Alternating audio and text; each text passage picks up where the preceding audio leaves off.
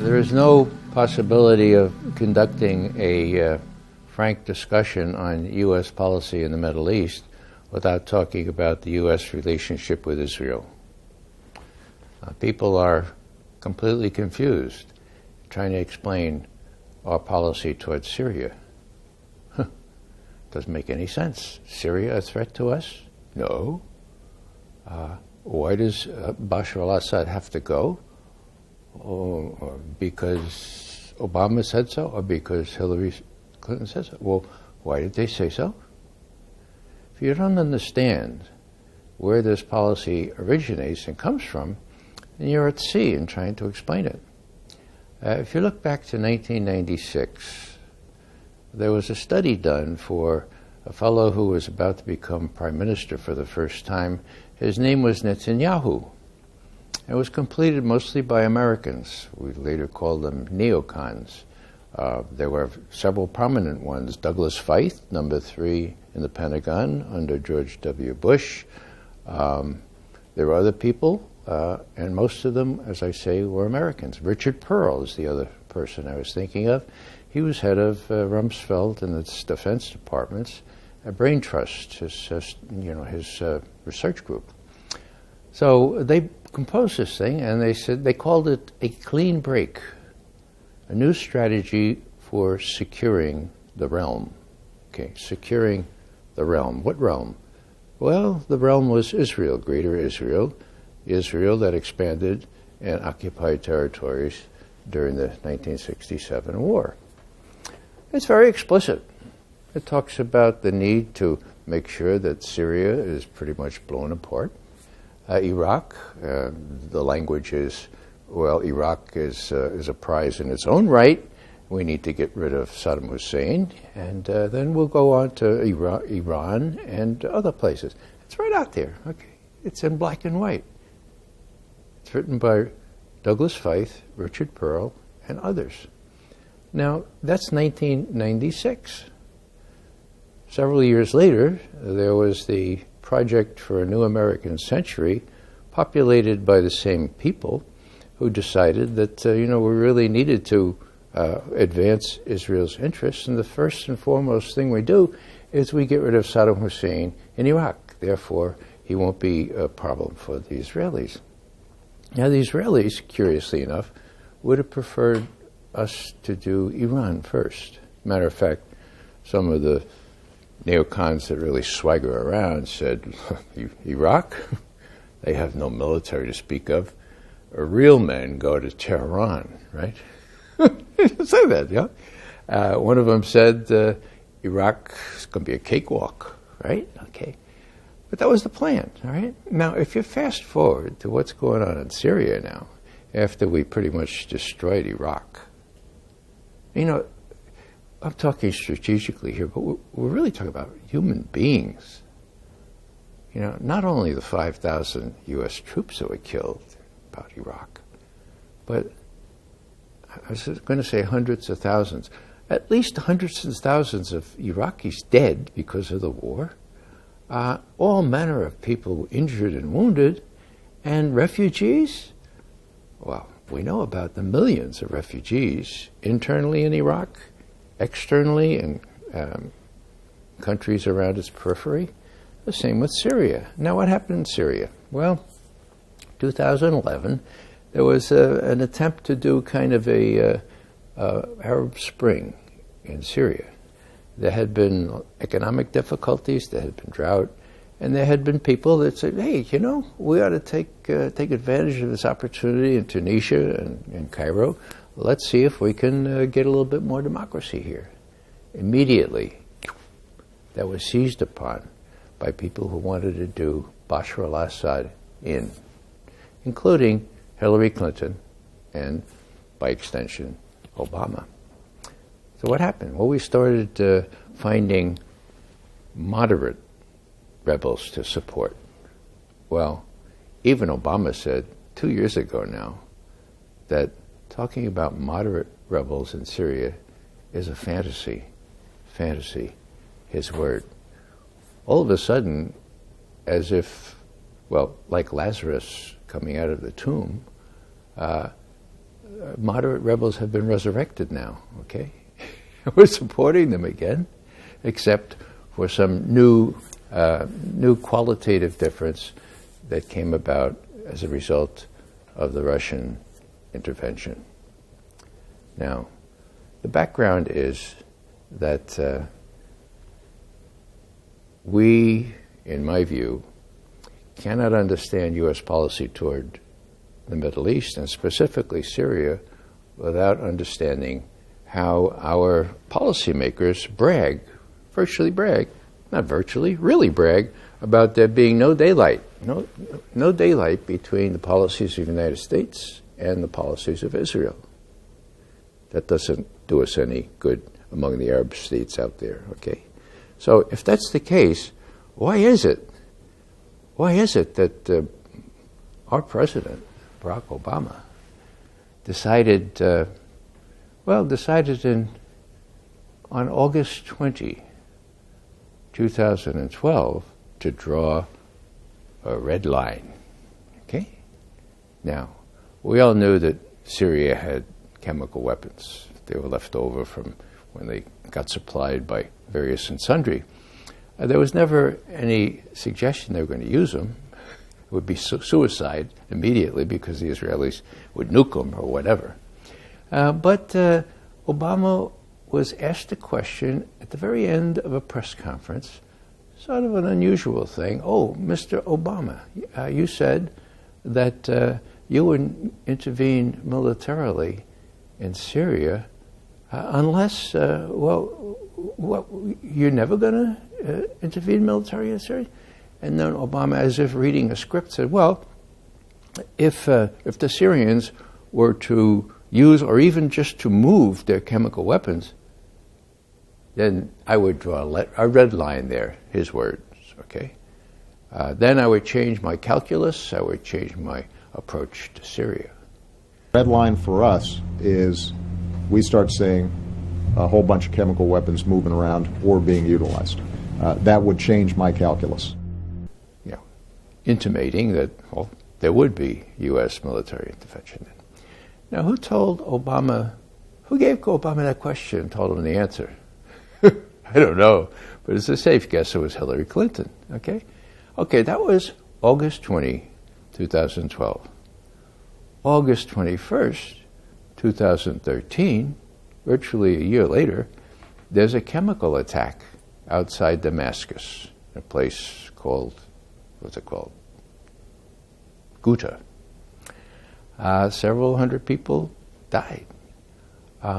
Immediately, John Kerry got up.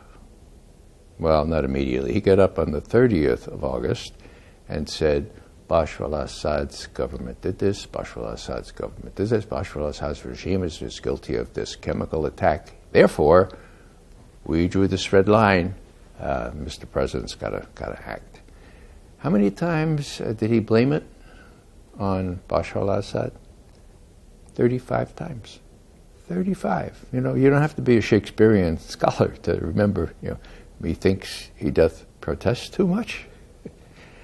Now, that was the 30th of August. This is it's the strangest set of circumstances I've ever seen, and I've been around here 53 years, okay?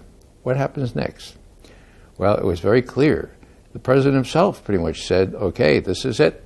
Our forces are ready in the Eastern Mediterranean. The French have their fighter bombers ready on the tarmac.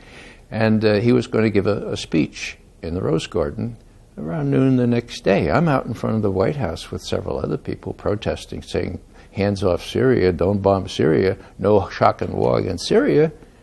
And I get word from inside, he's not going to do it. He changed his mind. And I was the next speaker up, and I used the subjunctive in a way they never used before. If this is true, this would be, I couldn't believe it. But he changed his mind, okay? Now, why did he change his mind? A couple of reasons. The intelligence colleagues, our former colleagues in the intelligence committee, wouldn't go along with what Kerry had to say. The evidence stunk. We knew that the Turks were facilitating precursor chemicals right into the parts of Syria where this chemical attack took place. we knew and we learned from our colleagues that it was much more likely that it was the rebels themselves who did it in a classic false flag attack to mousetrap Obama into an overt war against Syria. And he was about to be mousetrapped. So the intelligence community wouldn't go along with it. Now, what else?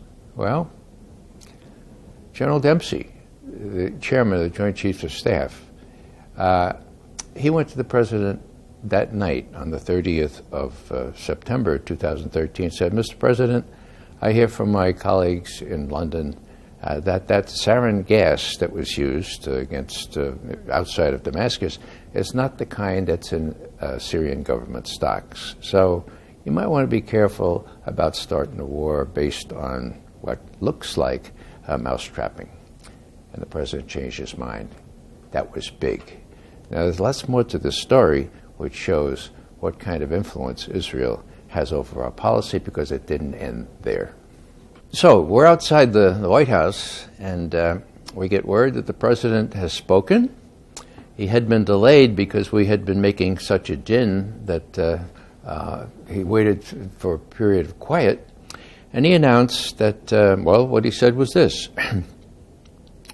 The chairman of the Joint Chiefs of Staff has told me that our forces are prepared. We have warships in the Eastern Med. The French are ready on the tarmac. We can strike Syria at any time. But he has also told me that we don't have to do it today or tomorrow or this week or this month. We can do it at any time. And so I have decided to go to Congress to seek appropriate authorization for this strike. Whoa. After careful deliberation, I have decided that the United States should take military action against Syrian regime targets. But having made my decision as Commander-in-Chief based on what I am convinced is our national security interests, I will seek authorization for the use of force from the American people's representatives in Congress. Now, it wasn't just my former colleagues who were honest this time. It wasn't just Dempsey. The British, for the first time in 855 years, had voted against the war. British Parliament, right? And, wonder of wonders, it was August, right? And so Congress people and senators were home. And they learned real quick Americans didn't want another war, okay? So there are lots of factors all coming together. But Obama decided to do the right thing. Now, he was supported by whom? Nobody. He admits it. He has said publicly that he had to go against the advice of Biden, of Kerry, everybody else, and he did the right thing. He's very proud of it. Now, what did he also reveal recently? He revealed that the head of national intelligence, a fellow named James Clapper, came to him unannounced one morning and said, Mr. President, this business about Bashar al-Assad being responsible for the attacks, the chemical attack outside Baghdad, I just want to let you know it's not a slam dunk. You got it, Mr. President? It's not a slam dunk. Now, the allusion, of course, is to George Tenet, the fellow who discharged George Bush's instructions to falsify, to create fraudulent intelligence on Iraq. His saying that the weapons of mass destruction evidence was a slam dunk. This was around Christmas time, 2002. So, Obama was warned. He was warned by James Clapper, the head of national intelligence, and Dempsey. I'm sure that what Dempsey said was this: Mr. President, you know, John Kerry's wonderful guy. Strategic thinker, not so much. With all due respect, driving boats up the Mekong doesn't make you a strategic thinker.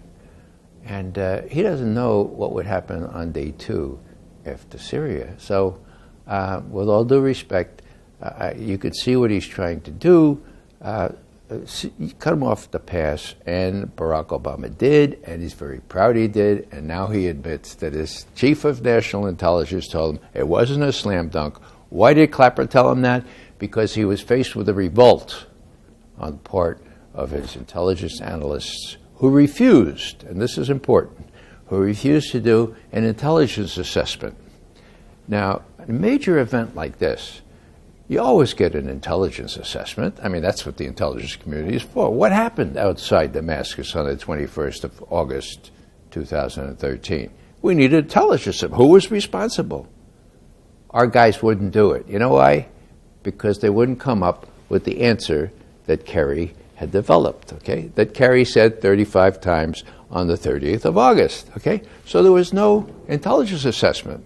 So after Kerry got up on all the, he got up and all the propaganda stuff, and they said, well, even the stenographers of our media said, well, what's your evidence? They came up with something called a government assessment. New genre. I had been around 50 years before that. Never seen a government assessment, but to their credit, the intelligence people wouldn't do an intelligence assessment. So this government assessment, that means it was created by hacks, political hacks in the White House. Okay, so what happens next? Well, Kerry goes before Congress on the 3rd of September. So we're talking 3 days after the president decided, no, we're not going to do this, right? That's the 31st of August.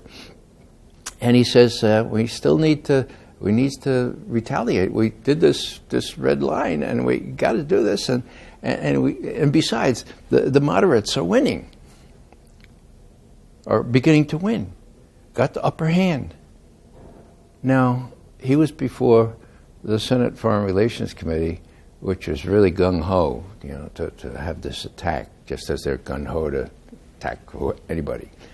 So what happens next? Well, on the 4th of September, the president arrives in St. Petersburg for one of those summits, right? And on the day of his arrival, Vladimir Vladimirovich Putin, the president of Russia, gets up and he says,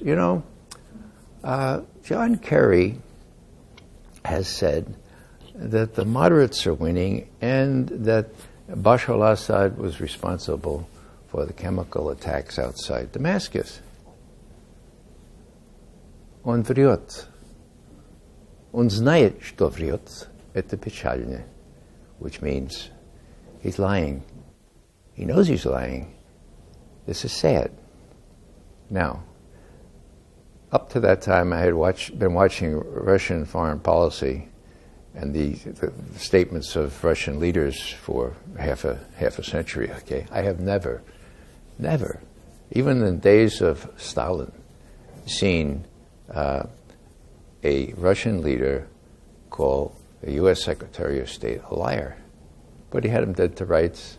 And Obama, who arrived in St. Petersburg that day, knew he had the rights. Okay? Clapper had already told him, right? James Clapper, the head of the National Intelligence. So what do? Well, Putin says, look, Barack, we talked in Northern Ireland just a couple months ago, in June, about how we could manage this chemical weapons problem in Syria. Matter of fact, you know that we've got some working groups working together to figure out how we could make sure this isn't a cause célèbre, isn't a casus belli. So, look, let me work on Assad. I think we can persuade him to give up his chemical weapons under supervision, and we can prove that he's given up. So let me work on it. Okay, so Obama says, okay, so he goes back to Washington. Meanwhile, Kerry's around the world, and he's in London, and he's finishing up trying to rally support for an attack on Syria, right? So what happens is that Kerry gets up in London and says, look, the red line has been violated. if we don't move against this terrible threat to us all, now it'll be too late. And then finally somebody asked him a question from the audience, last question, okay, in London, okay, this is, I think, around the 7th of September, 2013. Mr. Kerry, is there nothing that Bashar al-Assad can do to prevent himself from Syria from being shock and awed? And Kerry says very dismissively, he says, well, he could give up his chemical weapons, but that's not going to happen. He's not going to do that, right? So everybody said, oh, okay. So he gets on a plane, and he gets a call from President Obama. John, sorry for not calling you in on this, but we've got this deal with the Russians now. We've agreed that tomorrow the Syrians are going to announce that they're going to give up all their chemical weapons for destruction. So I want to check in with you when you arrive, but then I want you to go back the next morning to Geneva to conclude this agreement. These working groups that you know we had these working well, they're already we can do this thing in a week. Kerry says, "Oh, okay." He goes back to Geneva and concludes. Now, most Americans don't know any of this. Most Americans don't know that all of the chemical weapons in Bashar al-Assad's army were destroyed on a U.S. ship specifically outfitted for destroying such chemical weapons, and the problem was solved. Now, this is key, this last little part of it. Well, two last things here. And it has to do with Israel's influence over John Kerry, over Hillary Clinton, over U.S. policymaking in general. Well, while all this was happening, there was a relatively new bureau chief assigned by the New York Times to its Jerusalem bureau, and her name was Jody Ruderin. Now, she didn't have a lot of experience in Middle Eastern matters, but she clearly had been briefed, and she's ready to do her job. And when all this stuff is going on, she says, to her credit, I think I'll go ask some high-level Israeli officials what their take on this all is, what their preferred outcome is. And so she does. And she consults with some Israeli officials in power, some in retirement. And what does she find out? Well, the previous consul general in New York, the Israeli, he says, well, Miss Ruderin, it's not real, it doesn't sound really, it's kind of awkward to say it this way, but our preferred outcome is no outcome. And she says, well, traduisez, s'il vous plaît. I mean, hello? What do you mean, no outcome? He said, well, I told you, it doesn't sound very humanitarian, but it's like a playoff where you don't want either team to win. You don't want them to lose either, but you'd prefer to see kind of a draw. And she says, what do you mean? Okay, he said, well, as long as Sunni and Shia are killing each other off, not only in Syria now, but in the whole area, Israel has nothing to fear from Syria. Whoa. Now, this was the Labor Day weekend. Jody Ruderin, to her credit, wrote it all up. And wonder of wonders, it appeared in the New York Times. I can only speculate that people were off at Jones Beach for the weekend, But there it is. Our preferred outcome is no outcome. So, what's the background here? In 2013, Bashar al-Assad was beginning to win, okay? He had displaced many of the moderates, bad moderates and moderate moderates, many of the rebels, I should say, from their places that they had occupied for a couple of years previous. And he was starting to make real gains. And so, if you don't want either side to win, especially not Bashar al-Assad, what do? Obviously, you mousetrap the United States into overt intervention, that way assuring U.S. is not necessarily going to win, but Bashar al-Assad is not going to win either. So it almost worked. And it's really quite amazing how the president very openly advertises this as one key success in his presidency, where everybody else says, yeah, go get Bashar al-Assad. And the answer, of course, is, why? Why? Was he a threat to the United States? No. Was he a threat to Israel? That's quite a stretch. But, if you think about Hezbollah and how they get armed, they get armed through Syria. If you think about Israel's worry about very near threats from Hezbollah, from Hamas and others, then they really like to have pandemonium in Syria. They'd like to have chaos in Syria. They'd like to see Syria dismembered, and they got it. Okay? Now, last thing I'll say on this is, I think, kind of interesting because it's a personal experience. I think it was like the 8th of September, around that time. I'm asked to come on CNN International to talk about Syria, and I do. I'm in this medium-sized booth, and I do my thing sort of remotely, and I come open the door, and I almost knocked over this little guy, and they're like, oh, yeah, it's Paul Wolfowitz. Now, as an aside, I've taken a lot of training in nonviolence, and thank God for that, because it came into play there. And I didn't do what I was, as an Irishman, just ready to do to Paul Wolfowitz, who, kidding aside, is responsible for all manner of killing and death and dismemberment in the Middle East. So I said, oh, I'm sorry. And he looked at me and said, well, be careful. So then closed the door, and who's across the room but Joe Lieberman? Talk about two neocons, arch neocons, in the same room. Well, there they were.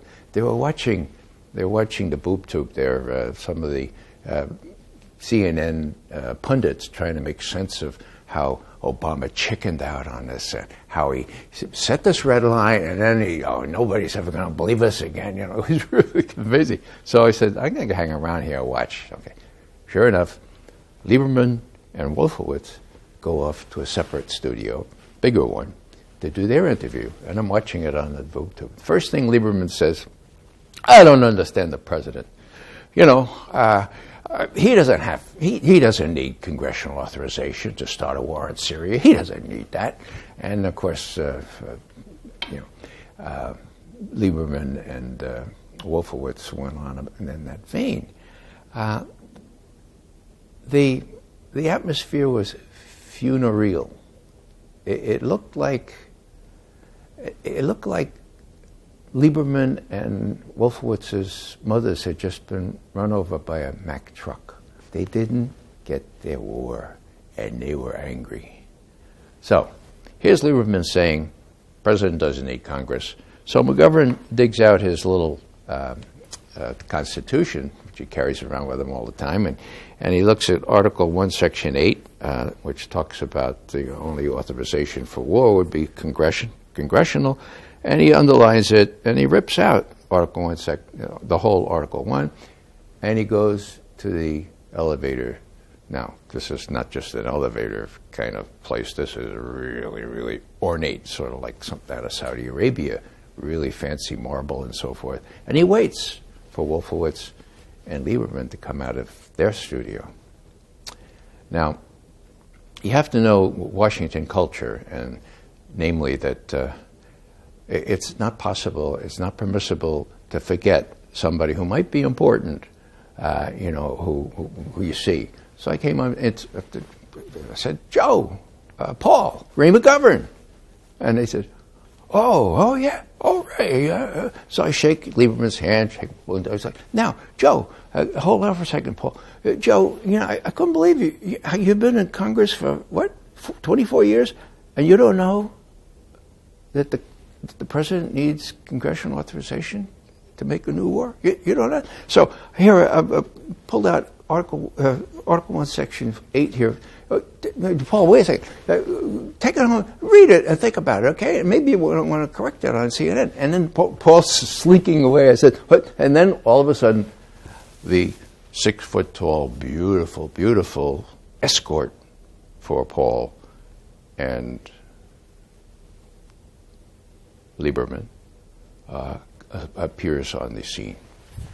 And she looks at what's happening, and she says, "Oh, gentlemen, I'm so sorry." And I say, "Yeah, well, I'm sorry too. What do you let these clowns on your show? I mean, they don't know what's in the Constitution of the United States?"